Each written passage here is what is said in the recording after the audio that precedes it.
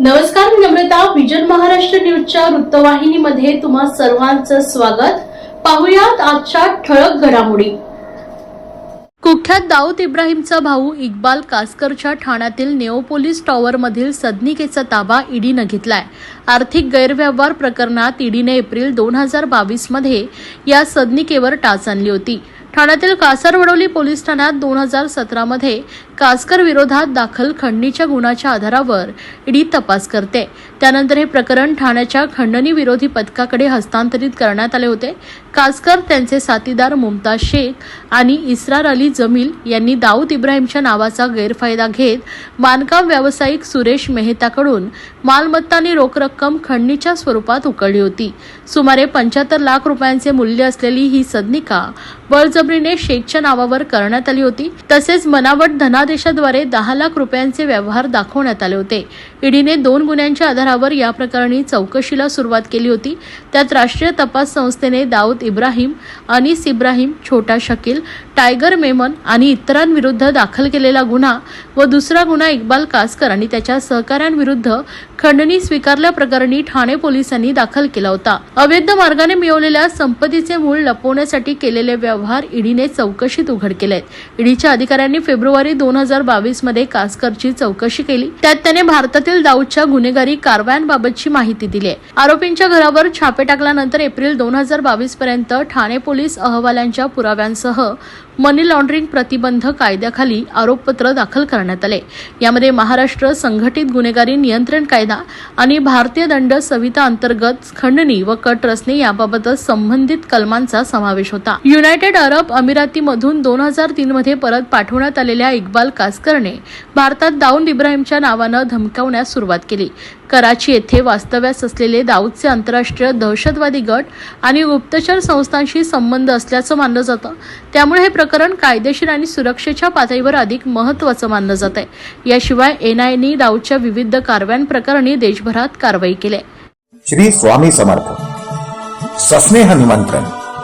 आपणास कळवण्यात येते की अक्कलकोट निवासी श्री स्वामी समर्थ महाराज यांनी चिंचवड, पुणे इथल्या श्रीमती सुंदराबाई काडगावकर यांना प्रत्यक्ष दिलेल्या प्रासादिक चर्म पादुकांचा दर्शन सोहळा शनिवार दिनांक 28 डिसेंबर 2024 रोजी आयोजित करण्यात आला आहे. तरी आपण सहकुटुंब, सहपरिवार या चर्म पादुकांच्या दर्शनाचा आणि महाप्रसादाचा लाभ घ्यावा ही नम्र विनंती. शनिवार दिनांक 28 डिसेंबर रोजी सायंकाळी 7 वाजल्यापासून रात्री 12 वाजेपर्यंत स्वामींच्या पादुकांचे दर्शन आणि महाप्रसाद सोहळा. कार्यक्रमाचे ठिकाण लाडचाळ, रामराज्य अपार्टमेंट समोर, अल्मेडा रोड, चंदनवाडी, ठाणे पश्चिम. आयोजक श्री महेश परशुराम कदम आणि श्री तानाजी परशुराम कदम.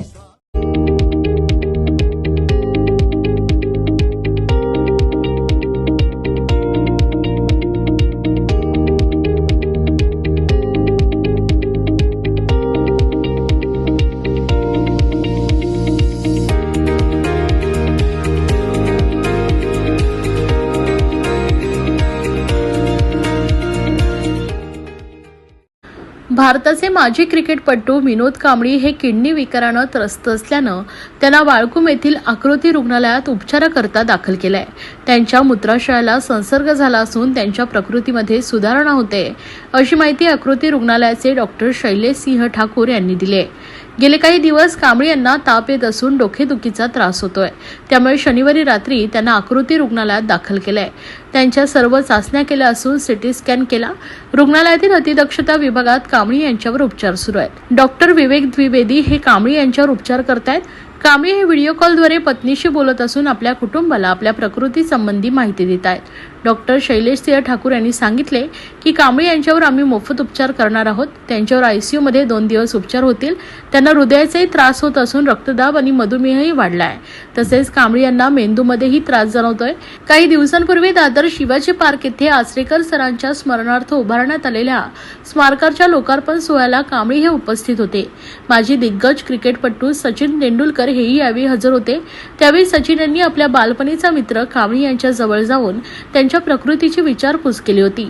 या प्रसंगाचे व्हिडिओ व फोटो सोशल मीडियावर प्रचंड व्हायरल झालेत। तेंडुलकर व कांबळी हे आचरेकर सरांचे शिष्य राहिले असून दोघांनी एकाच वेळी शालेय क्रिकेटमध्ये आणि त्यानंतर भारतीय संघाद्वारे नवे नवे विक्रम रचले आहेत। मैं इतनी कहूंगा, जो डॉक्टर है हमारे मेन डॉक्टर है, उनके वजह से मैं जिंदा हूँ। और हमारे जो है मानव सेना, उसके वजह से जिंदा हूँ। एज एडमिट किधर से भी करे हो, लेकिन जो ट्रेनिंग देते हैं, मैं इतना ही कहूंगा कि जो हमें मिलता है, जो भगवान देते, name the father and of the son and of the holy spirit, आमीन।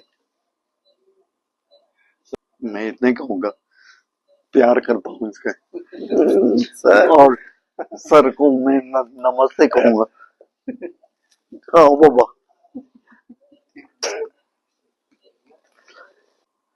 नहीं वो लंदन चले गए थे, लेकिन उनको पता चलेगा, आप लोग ही बताएं मुझे।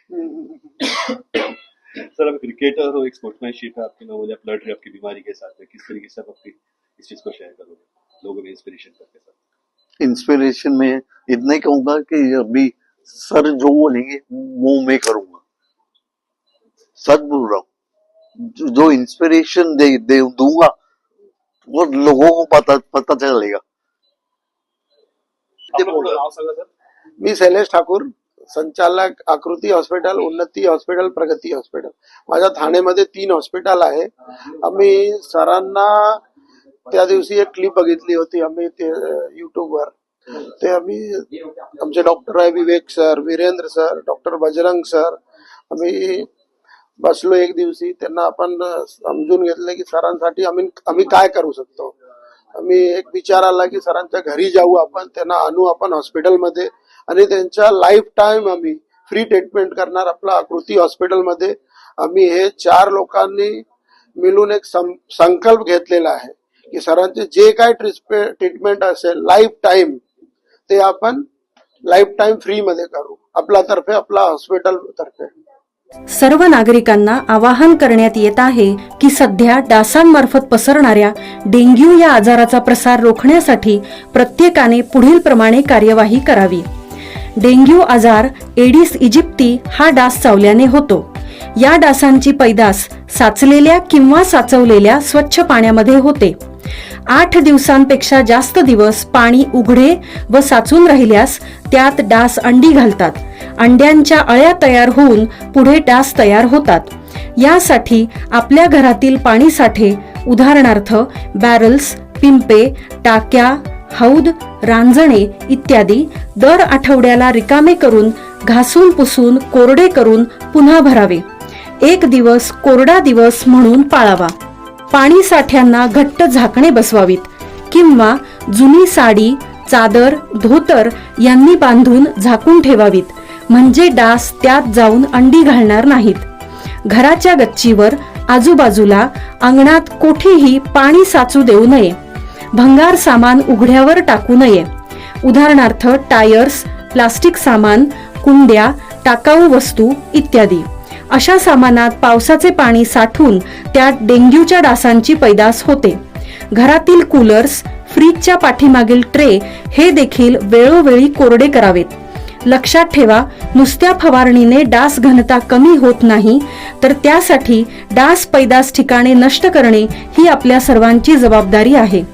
कोणताही ताप अंगावर न काढता जवळच्या शासकीय रुग्णालयात मोफत औषधोपचार घ्या। अशा प्रकारे नागरिकांनी सहकार्य केल्यास डेंग्यूचा प्रसार रोखणे सहज शक्य आहे। महाराष्ट्र राज्याचे उपमुख्यमंत्री एकनाथ शिंदे यांच्या मार्गदर्शनाखाली खासदार डॉक्टर श्रीकांत शिंदे, खासदार नरेश मस्के, युवासेना कार्याध्यक्ष पूर्वेश सरनाईक, युवासेना लोकसभा उपाध्यक्ष ठाणे हेमंत पमनानी, कोपरी पाचपाकाडी विधानसभा प्रमुख ऋषिकेश माने यांच्या नेतृत्वाखाली युवासेना कोपरी विभागाच्या वतीनं व्यसनमुक्त तरुण ही स्वाक्षरी मोहीम राबवण्यात आली।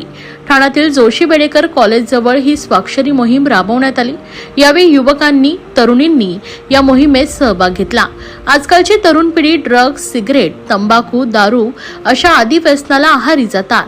त्यामुळे तरुणांचं मानसिक संतुलन बिघडतं, तसेच अनेक रोगाला त्यांना सामोरं जावं लागतं। त्यांच्या शरीराचीही नासधूस होते। यामुळेच युवासेना कोपरी विभागानं पुढाकार घेत तरुणांशी संवाद साधत आज जनजागृती केली आहे। या उपक्रमाचं आयोजन कोपरी पाचपाकाडी समन्वयक प्रतीक जितेंद्र गाडवे, कोपरी पाचपाकाडी समन्वयक संदीप राऊत, उपसमन्वयक रोमांच कोठवले यांनी केलंय। तर या उपक्रमाला युवासेना महाराष्ट्र राज्य समन्वयक, युवासेना कार्यकारिणी सदस्य स्वप्नील लांडगे, युवासेना कोपरी पाचपाकाडी विधानसभा सचिव विनोद अवतडे यांनी उपस्थित राहून युवासेना कोपरी विभागाच्या टीमचं विशेष कौतुक केलंय। यावेळी विभाग अध्यक्ष आर्यन नटे, उपविभाग अध्यक्ष ओम बोडके, शौनक तलकर, शाखा अध्यक्ष देवेश खांबल, उपशाखा अध्यक्ष तेजस कुबल तसेच इतर पदाधिकारी उपस्थित होते। या उपक्रमाला विशेष सहकार्य शिवसेना ठाणे विधानसभा शहर संघटक मागासवर्गीय विभाग गणेश कांबळे यांचे लाभले। My name is Sada Lakshmi. I think Yuva Sena has taken a very good initiative. People do not understand the seriousness of e-cigarettes. It is affecting teenagers and children on a very large scale. नमस्कार, माझं नाव दुर्वा गवणे आहे। मी जोशी बेडेकर कॉलेजमधला विद्यार्थी आहे। तर युवा सेनेने खूप चांगला डिसिजन घेतला आहे हा की हे सर्व काढायचं, कारण का आजकाल जे सिगरेट्स, ड्रग्स वगैरे होत आहेत, सो हे हेल्थसाठी चांगलं नाही आहे आणि हे आपल्याला आजच्या जनरेशनला समजावून देणं खूप जरुरी आहे। तर मला असं वाटतं युवा सेनेने खूप चांगला इनिशिएटिव्ह घेतला आहे हे सगळं प्रोग्रामसाठी आणि आय सपोर्ट युवा सेना। थँक्यू। आज आमच्या युवासेना कोपरी विभागातर्फे आमच्या सर्व पदाधिकाऱ्यांनी हा एक सूक्त उपक्रम राबवलेला आहे। या उपक्रम राबवण्याचा हा हेतू त्यांचा खूप चांगला आहे आणि असे उपक्रम नेहमीच आमच्या युवासेनेतर्फे होत राहतात आणि पुढेही होत राहतील। आज आपला युवा पिढी हा कुठेतरी या वाईट सवयींमध्ये ग्रासला गेलेला आहे। हे तंबाखू, सिगरेट याची व्यसनं लागून, गुटखा याची व्यसनं लागून कुठेतरी तरुण पिढी आपलं यूथ खराब करते, तारुण्य खराब करते आणि विविध रोगांना बळी पडते। त्यांचं मानसिक संतुलनसुद्धा या गोष्टीमुळे बिघडतं आहे। त्याच्यामुळे ते घरच्यांशीसुद्धा वादविवाद होत आहेत किंवा त्यांचा अभ्यासामध्ये, शिक्षणामध्ये त्यांची पायरी घसरत चाललेली आहे। तर आम्ही आमच्या युवासेनेतर्फे आणि आमचे युवासेनेचे कार्याध्यक्ष माननीय पूर्वेजी सरनाईक साहेब यांच्यातर्फे आम्ही त्यांना पूर्वेजींना एक रिक्वेस्ट करणार आहे की तुम्ही राज्याचे माजी मुख्यमंत्री आणि सध्याचे उपमुख्यमंत्री श्री एकनाथजी शिंदे साहेब यांना एक निवेदन देऊन आमच्या जेवढे पण कॉलेजेस, शाळा असतील, जे वाईन शॉप आणि बार्सला जे रूल्स आहेत की एक सर्टन मीटर्सच्या अंतरावरती तुम्ही दुकानं उघडू शकता, तसंच या पान टपऱ्या किंवा ह्या जे वाईट सवयी विकणारे लोक आहेत त्यांना कमीत कमी लांब डिस्टन्स कॉलेज आणि शाळांपासून करण्यात यावं आणि पोलिसांची गस्त कॉलेजांमध्ये साध्या युनिफॉर्ममध्ये करण्यात यावी। त्यातून हे कॉलेजमध्ये जो ड्रग्ज किंवा या सगळ्या अशा सवयी लावणारे व्यक्ती जे आहेत, जे सुळसुळाट चालू आहे सध्या मुंबईमध्ये, तर आपण बघतोच आहे, अजून ठाण्यापर्यंत हे अजून आले नाही आहे। तर लवकरात लवकर साहेबांना आम्ही हे निवेदन देऊन हे लोकांना पोलीस पथक जरा स्थापन करून शाळां आणि कॉलेजेसमध्ये सिव्हिल ड्रेसमध्ये पाठवून हे जर मोडीत काढता आलं आपल्याला तर खूप चांगलं होईल। धन्यवाद। या होत्या आजच्या ठळक घडामोडी। अशाच राजकीय, सांस्कृतिक, क्रीडा क्षेत्रातील बातम्या पाहण्यासाठी पाहत रहा विजन महाराष्ट्र न्यूज ही वृत्तवाहिनी। विजन महाराष्ट्र न्यूजच्या फेसबुक चॅनलला व YouTube चॅनलला फॉलो आणि सबस्क्राईब करा। धन्यवाद।